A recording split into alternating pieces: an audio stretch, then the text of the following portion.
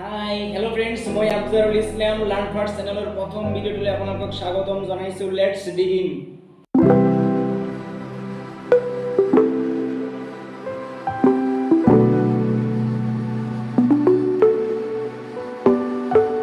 আজিৰ ভিডিঅ'টো সেইসকল শিক্ষাৰ্থীৰ বাবে যিসকলে যথেষ্ট পঢ়া শুনা কৰে কিন্তু মনত নাথাকে। আজি আমি পঢ়া শুনা মনত ৰখাৰ সহজ উপায়ৰ বিষয়ে আলোচনা কৰিম। পঢ়া শুনা মনত ৰখাৰ 7টা সহজ উপায় আছে। এই 7টা নিয়ম মানি চলিলে 100% মনত থাকিব। সেইবোৰ হ'ল নাম্বাৰ 1 এইম, লক্ষ্য। প্ৰতিজন মানুহৰ জীৱনত এটা লক্ষ্য থাকে। সেই লক্ষ্য বা উদ্দেশ্য আগত ৰাখিলেহে জীৱনৰ সঠিক পথ বিচাৰি পাব। আমি জানো যে লক্ষ্যবিহীন মানুহ ঘূৰিয়াল নথকা নাৱৰ দৰে, যাৰ কোনো নিৰ্দিষ্ট স্থান নাই। আপুনি নিশ্চয় বুজি পাইছে মই কি ক'ব বিচাৰিছোঁ। আপুনি জীৱনত কি হ'ব বিচাৰিছে, আপোনাৰ জীৱনৰ লক্ষ্য কি, আপুনি নিজৰ দিশটো নিজে আগতে ঠিক কৰি ল'ব লাগিব আৰু তাৰ ওপৰত ভিত্তি কৰি ষ্টাডিত গুৰুত্ব দিব লাগিব। আৰু নিজৰ লক্ষ্য ঠিক থাকিলেহে আপুনি যি পঢ়িব মনত থাকিব। নাম্বাৰ 2 ইণ্টাৰেষ্ট, আগ্ৰহ।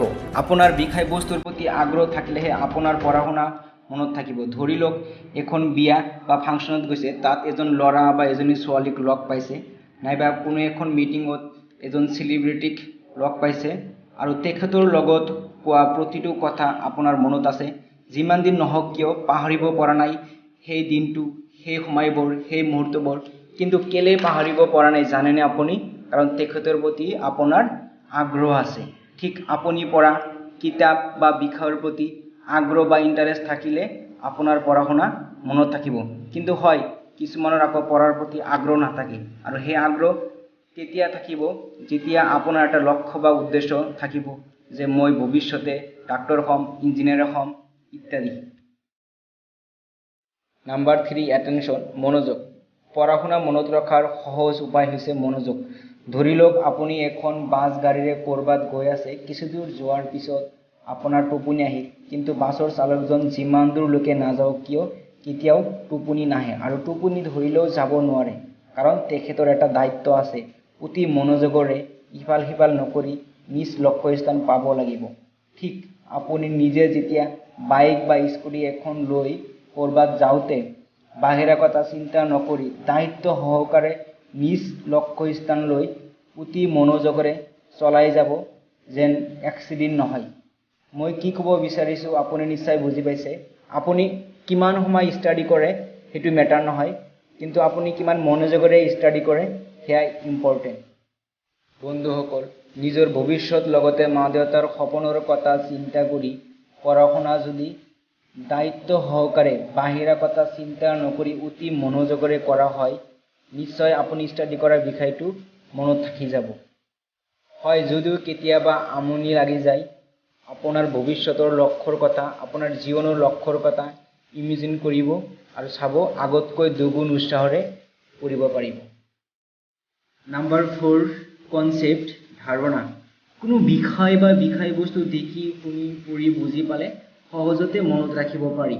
ধৰি লওক আপুনি যেতিয়া এখন চিনেমা চাই, চিনেমাখনত থকা দৃশ্য, কাহিনী, কথা আপোনাৰ মনত থাকি যায়, কাৰণ আপোনাৰ তাৰ প্ৰতি আগ্ৰহ, লগতে দৃশ্যবোৰ নিজ চকুৰে চাই আনন্দদায়কভাৱে উপভোগ কৰিলে। ঠিক আপুনি পঢ়া টেবুল, কিতাপ, লগতে আপুনি নিজেই চিনেমাৰ দৰে বিষয়বস্তুবোৰ একোটা কেৰেক্টাৰৰ ৰোল কৰিব লাগিব আৰু আপুনি অধ্যয়ন কৰা বিষয়বোৰ কাহিনীৰ দৰে ভাবিব লাগিব। তেতিয়া চাব সহজতে আপুনি মনত ৰাখিব পাৰিব। আপুনি পঢ়া কোঠালিটোত থকা কিছুমান ভাল লগা বস্তুৰ লগত সংগতি ৰাখি আপুনি ষ্টাডি কৰিব লাগিব, আৰু যেতিয়া এক্সামৰ সময়ত আপোনাৰ ভাল লগা বস্তুবোৰ মনত পেলালে আপোনাৰ ষ্টাডি বিষয়বোৰ সহজতে মনত পৰি যাব। নাম্বাৰ 5 হেল্থ এৱাৰনেছ, স্বাস্থ্যৰ সজাগতা।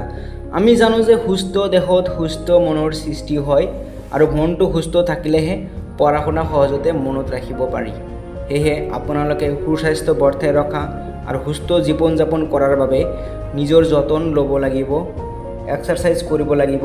এক্সাৰচাইজ কৰিলে ব্ৰেইনৰ বিকাশ হয়, লগতে টাইম টেবুল মেইনটেইন কৰিব লাগিব। ৰেগুলাৰলি পঢ়া শুনা, খোৱা বোৱা, টোপনি যোৱা, খেল ধেমালি, নাচ গান ইত্যাদিৰ মাজেৰে মনটো আনন্দদায়ক কৰি সহজতে যিকোনো বিষয় মনত ৰাখিব পাৰি।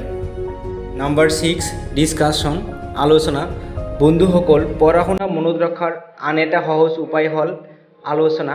আপুনি যিমান সময় নপঢ়ে কিয় তাৰে কিছু সময় যদি আপুনি ষ্টাডি কৰা বিষয়টো আপোনাৰ পৰিয়াল, সমনীয়া বা ছাৰ বাইদেউৰ লগত ডিছকাশ্যন কৰে তেতিয়া বেছিকৈ মনত থাকে। অৰ্থাৎ নিজে পঢ়া বিষয়টো যেতিয়া আনক শিকাবলৈ যায় তেতিয়া বেছিকৈ আৰু বহুদিন মনত থাকি যায়। নাম্বাৰ 7, ৰিভিজন, পুনৰ পৰীক্ষা। হেল্ল' বন্ধু বান্ধৱীসকল, পঢ়া শুনা মনত ৰখাৰ অন্তিমটো উপায় হৈছে ৰিভিজন।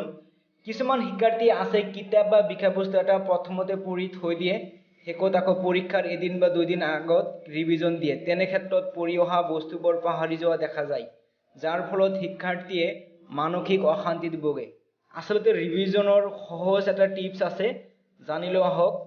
ধৰি লওক আজিৰ পৰাই আপুনি ষ্টাডি আৰম্ভ কৰিছে আৰু আজি ষ্টাডি কৰা বিষয়টো প্ৰথম এদিন পাছত পঢ়িব লাগিব, দ্বিতীয়তে 3 দিন পাছত পঢ়িব লাগিব, তৃতীয়তে 7 দিন পাছত পঢ়িব লাগিব, চতুৰ্থতে 15 দিন পাছত পঢ়িব লাগিব। অৰ্থাৎ আপুনি ষ্টাডি কৰা বিষয়টো ফাৰ্ষ্ট ৰিভিজন এদিন পাছত দিব লাগিব, দ্বিতীয় ৰিভিজন 3 দিন পাছত দিব লাগিব, তৃতীয় ৰিভিজন 7 দিন পাছত দিব লাগিব আৰু চতুৰ্থ ৰিভিজন 15 দিন পাছত দিব লাগিব। এনেকৈ যদি ৰিভিজন দিয়া হয় আপুনি পঢ়া বিষয় বা বিষয়বস্তু সদায় মনত থাকি যায়। বন্ধুসকল, মই আলোচনা কৰা 7টা উপায় মানি চলিব পাৰিলে 100% পঢ়া শুনা সহজতে মনত থাকিব। বন্ধু বান্ধৱীসকল, আজিলৈ ইমানেই। ভিডিঅ'টো ভাল লাগিলে লাইক, কমেণ্ট আৰু শ্বেয়াৰ কৰিব। লগতে শিক্ষা বা কেৰিয়াৰৰ সৈতে জড়িত প্ৰতিটো বিষয়ৰ আপডেট পাবলৈ আমাৰ চেনেলটো ছাবস্ক্ৰাইব কৰিব। জয় হিন্দ।